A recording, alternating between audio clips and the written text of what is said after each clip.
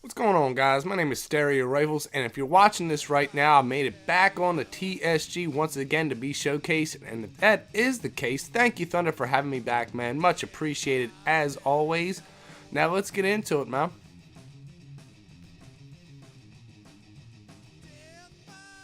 So anyways, guys, kind of what sparked the idea for this commentary is I was watching one of Thunder's uploads the other day, and in the beginning he was playing on Fire and Range, and he said something about the map design, and he said how if he designed the maps, he could make them 9 times better, than what the devs are doing. And it just sparked an idea, so I'm here to talk about it, and that is pretty much, the newest DLC maps we've played, like Madagascar, Elevation on Black Ops 4, in my personal opinion, are shit. They're dookie. They're not great. I mean, you would think a DLC map, any of the maps, they should all be good, right? You're paying good money for this stuff, especially you're paying for the pass, you're paying basically for 2 games. The freaking map should be awesome. And in my personal opinion, this isn't the gospel, but they're crap.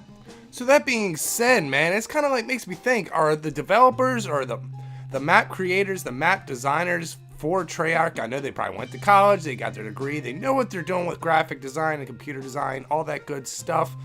Really, are they just out of touch, man? Like, are they just biased because they work for Treyarch and because it's their baby, in their head, it's their creation, so they think it's great. But it's kind of rose-tinted sunglasses, if you know what I'm saying. Like, maybe they should have Thunder in there sampling this stuff out, or other, good players, seasoned players that have been around for a while and remember going back, to any old Call of Duty, Modern Warfare 2, Black Ops, you name it, back, the heyday when these maps that they created back then, the style that they created these maps were great.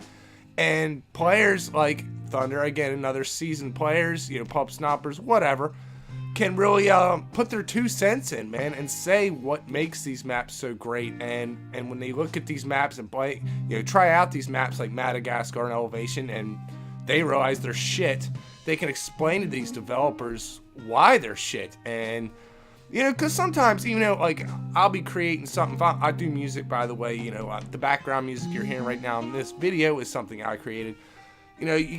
Sometimes I'll get inside my head and you're trying to cook up something new, and it just gets, your brain gets complacent. You hit a wall sometimes, and I'm starting to think that developers of these maps do the same.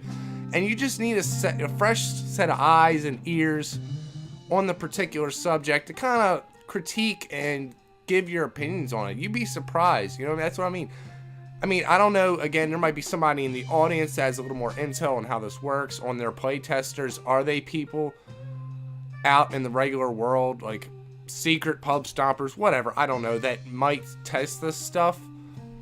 Because, if they are, man, again, I do not respect their opinion, because how did they release a map like Madagascar, man? Come on, you can't tell me. Comment down below if you love Madagascar. I'm not saying it's not the worst map in COD history. That's got to be Free Fall from COD Ghost.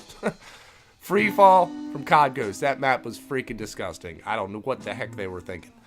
But, yeah, man, you can't pass that off as a DLC map that you paid $50 for.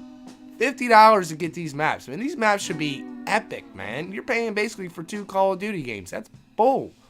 The next thing I wanted to talk about is a little idea I came up with. I thought it would be pretty cool if every year, every Call of Duty developer held a contest for amateur designers to design maps and submit them, and the best ones obviously get used, and the developers at Treyarch this year, for instance, would polish it up and make it into a map for us to play on.